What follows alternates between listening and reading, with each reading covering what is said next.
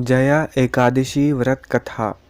युधिष्ठिर महाराज ने भगवान श्री कृष्ण से पूछा, भगवान कृपा करके यह बताइए कि माघ मास के शुक्ल पक्ष में कौन सी एकादशी होती है, उसकी विधि क्या है तथा उसमें किस देवता का पूजन किया जाता है। भगवान श्री कृष्ण बोले, राजेंद्र, माघ मास के शुक्ल पक्ष में जो एकादशी होती है उसका नाम जया है। वह सब पापों को हरने वाली उत्तम तिथि है। पवित्र होने के साथ ही पापों का नाश करने वाली तथा मनुष्यों को भाग और मोक्ष प्रदान करने वाली है। इतना ही नहीं, वह ब्रह्म हत्या जैसे पाप तथा पिशाचत्व का भी विनाश करने वाली है। इसका व्रत करने पर मनुष्य को कभी प्रेत योनि में नहीं जाना पड़ता। इसलिए राजन, प्रयत्न पूर्वक जया नाम की एकादशी का व्रत करना चाहिए। अब इसकी कथा सुनो। एक समय की बात है, स्वर्गलोक में देवराज इंद्र राज्य करते थे। देवगण पारिजात वृक्षों से युक्त नंदन वन में अप्सराओं के साथ विहार कर रहे थे।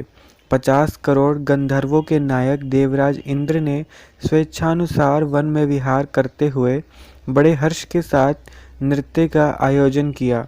गंधर्व उसमें गान कर रहे थे, जिनमें पुष्पदंत, चित्रसेन तथा उसका पुत्र, ये 3 प्रधान थे। चित्रसेन की स्त्री का नाम मालिनी था। मालिनी से एक कन्या उत्पन्न हुई थी जो पुष्पवंती के नाम से विख्यात थी। पुष्पदंत गंधर्व का एक पुत्र था जिसको लोग माल्यवान कहते थे। माल्यवान पुष्पवंती के रूप पर अत्यंत मोहित था। ये दोनों भी इंद्र के संतोषार्थ नृत्य करने के लिए आए थे। इन दोनों का गान हो रहा था। इनके साथ अप्सराएं भी थीं। परस्पर अनुराग के कारण ये दोनों मोह के वशीभूत हो गए। चित्त में भ्रांति आ गई, इसलिए वह शुद्ध गान न गा सके। कभी ताल भंग हो जाता था तो कभी गीत बंद हो जाता था।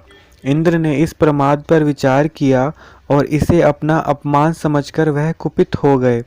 अतः इन दोनों को शाप देते हुए वह बोले, ओ मूर्खों, तुम दोनों को धिक्कार है।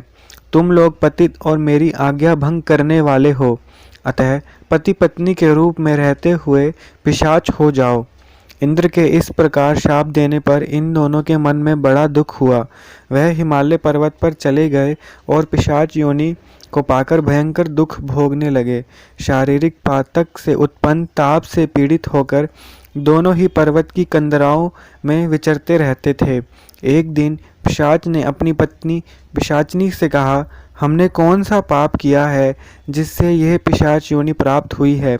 नरक का कष्ट अत्यंत भयंकर है तथा पिशाच योनि भी बहुत दुख देने वाली है। अतः पूर्ण प्रयत्न करके पाप से बचना चाहिए। इस प्रकार चिंतामग्न होकर वह दोनों दुख के कारण सूखते जा रहे थे। दैव योग से उन्हें माघ मास के शुक्ल पक्ष की एकादशी की तिथि प्राप्त हो गई।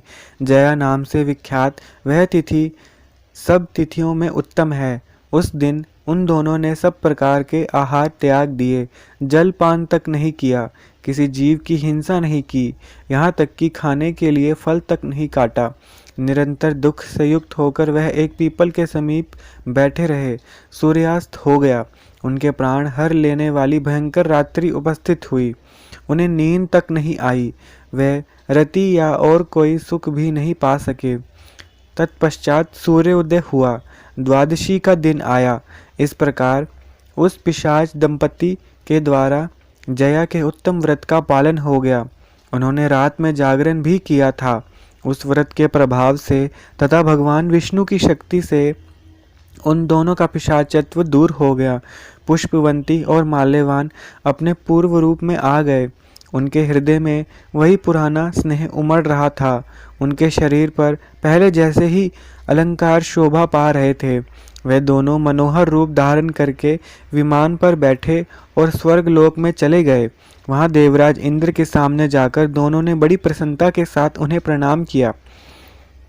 उन्हें इस रूप में उपस्थित देखकर इंद्र को बड़ा विस्मय हुआ। उन्होंने पूछा, बताओ, किस पुण्य के प्रभाव से तुम दोनों का पिशाचत्व दूर हुआ है। तुम मेरे शाप को प्राप्त हो चुके थे, फिर किस देवता ने तुम्हें उससे छुटकारा दिलाया है। माल्यवान बोला, स्वामी, भगवान वासुदेव की कृपा तथा जया नामक एकादशी के व्रत से हमारा पिशाचत्व दूर हुआ है। इंद्र ने कहा, तो अब तुम दोनों मेरे कहने से सुधापान करो। जो लोग एकादशी के व्रत में तत्पर और भगवान श्री कृष्ण के शरणागत होते हैं वे हमारे भी पूजनीय होते हैं। भगवान श्री कृष्ण कहते हैं, राजन, इस कारण एकादशी का व्रत करना चाहिए। नृपश्रेष्ठ, जया ब्रह्म हत्या का पाप भी दूर करने वाली है। जिसने जया का व्रत किया है उसने सब प्रकार के दान दे दिए और संपूर्ण यज्ञों का अनुष्ठान कर लिया है। इस महात्म के पढ़ने और सुनने मात्र से अग्निष्टोम यज्ञ का फल मिलता है।